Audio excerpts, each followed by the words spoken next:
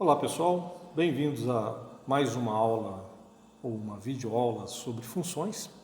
Nessa sexta parte a gente vai discutir a questão de escopo de variáveis, que está relacionada com a visibilidade que cada variável definida nas partes do programa vai ter. O escopo está então associado à visão, à visibilidade que uma variável vai ter nas diferentes partes de um programa. Bom, então vamos começar com alguns exemplos simples. Então aqui a definição de uma função chamada f, que tem dois parâmetros e um programa principal. Então a função f, o escopo dela é esse aqui.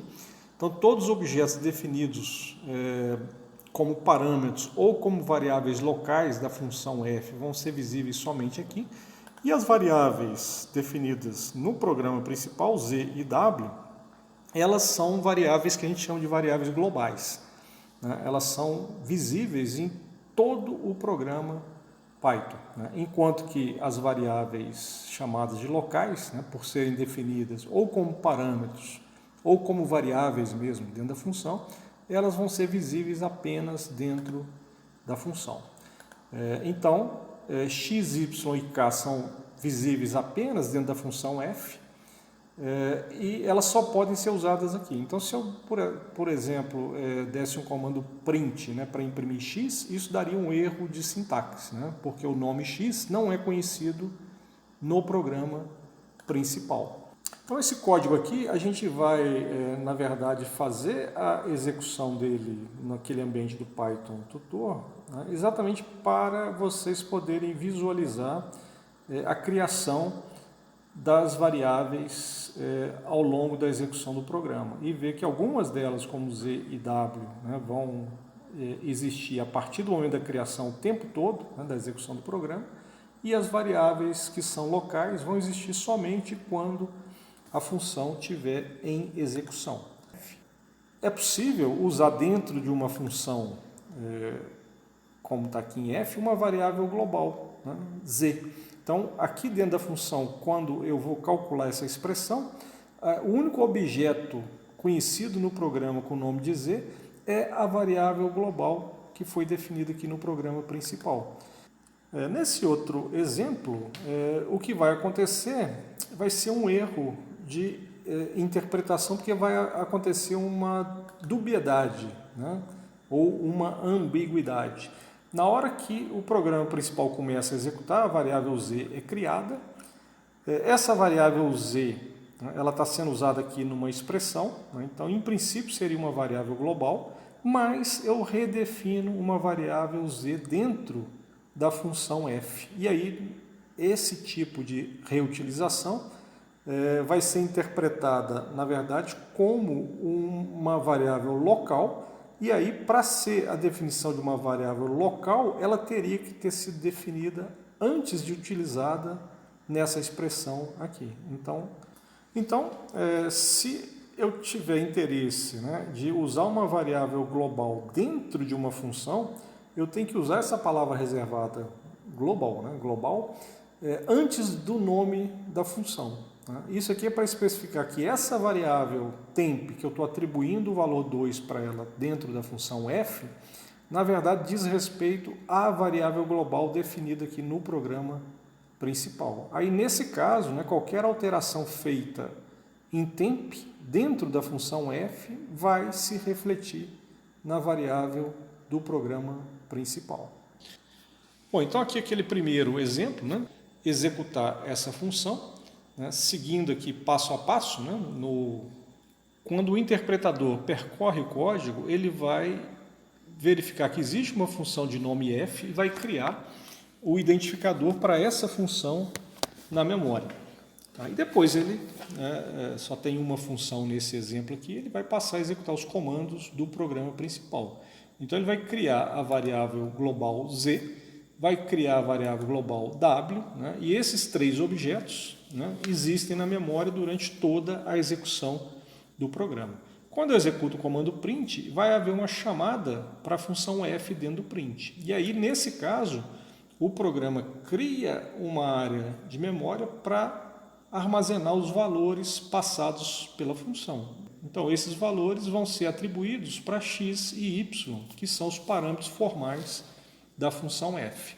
Eles vão ser usados para calcular o valor de k, né? Então vai ser criada uma variável local na função f, que vai receber o resultado daquela expressão, que é 9. E esse valor 9 vai ser retornado ao final da execução da função f, e esse valor vai ser impresso. Bom, o segundo exemplo é aquele exemplo onde a variável global z está sendo usada dentro da função f. É criado o identificador para a função f, cria a variável global z, a variável global w, e aí eu vou chamar a função, né? Vão ser passados os mesmos valores, 4 e 1.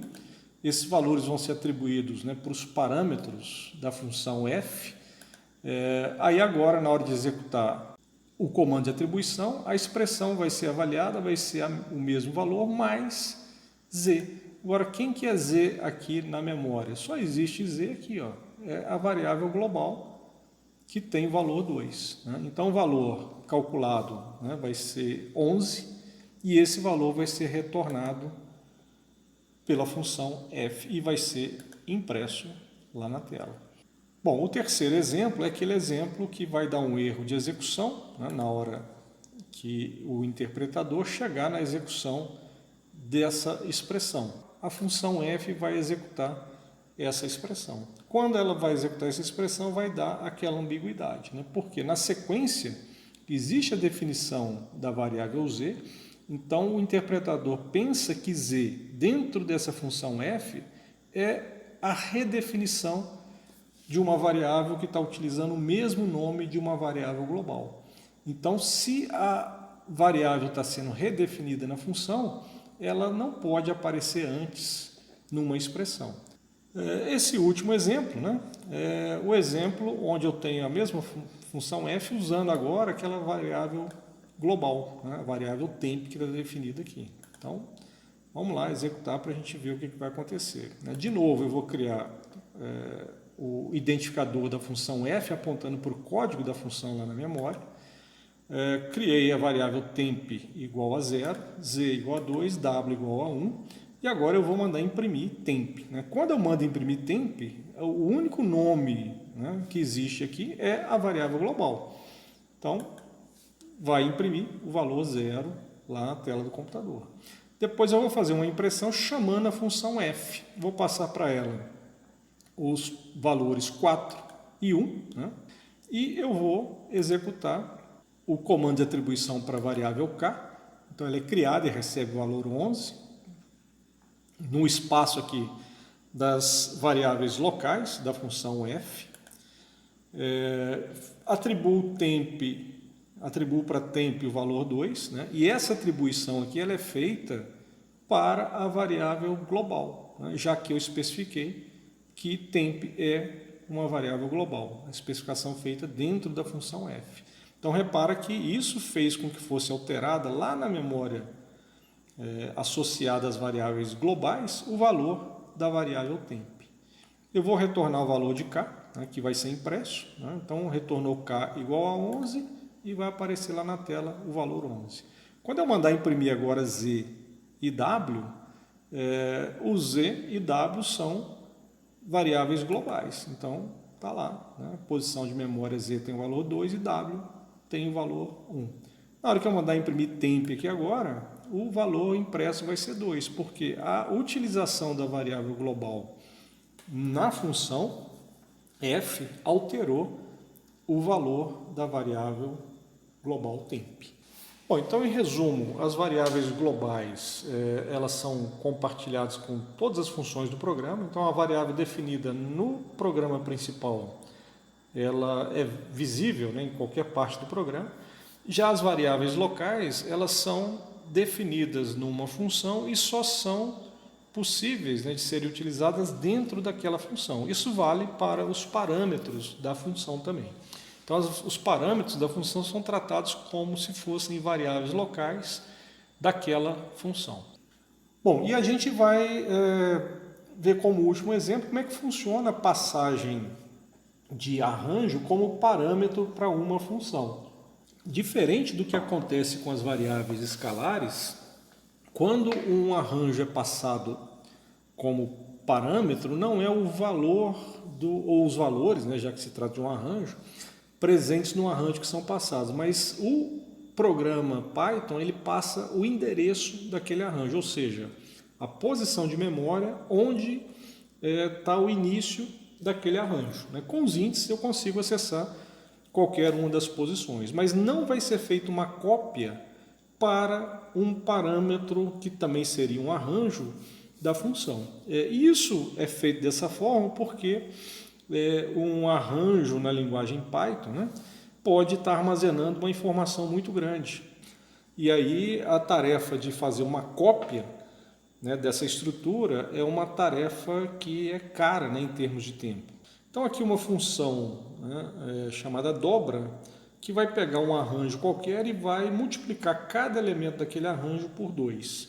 O programa principal, ele cria um arranjo, né, com valores fixos, né, 4, 3, 2, 1, manda imprimir esse arranjo A, depois a função dobra vai ser chamada e eu vou imprimir de novo o valor, né, dos elementos daquele arranjo. Bom, então aqui nesse ambiente, né, do Python Tutor, o último exemplo, né, que é o exemplo quando a gente passa um arranjo como parâmetro. Né? Visualizando aqui a execução, o programa ele criou um identificador para a função dobra e agora ele vai começar a executar o programa principal. Então o primeiro comando cria o arranjo A, né, e o A tem aqueles valores que foram atribuídos, 4, 3, 2 e 1. Eu vou mandar imprimir o arranjo, então ele é impresso lá na tela, né? E vou chamar a função dobra.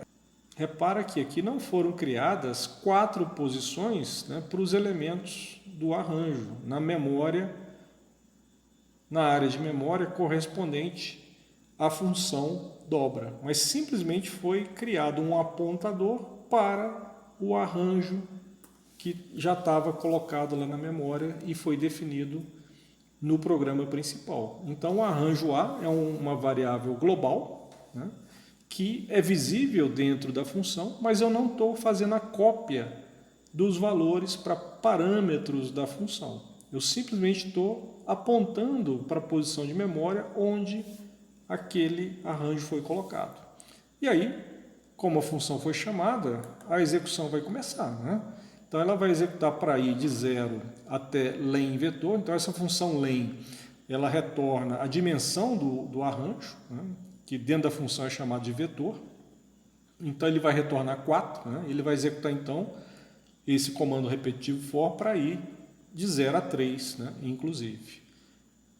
E aí para cada execução ele vai pegar o elemento da posição i e vai multiplicar por 2 e guardar de volta na posição i. Então ele vai fazer isso para a posição 0 e o valor 4 vai passar para 8. Vai fazer agora para a posição 1, o valor 3 passa para 6.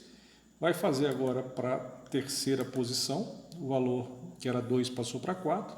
E finalmente para a posição de índice 3, né, a quarta posição do arranjo, ele vai multiplicar e vai aparecer lá o valor 2. E o valor retornado por essa função é nenhum. Né? Então, repara que essa função não tem nem o comando return escrito aqui. Né?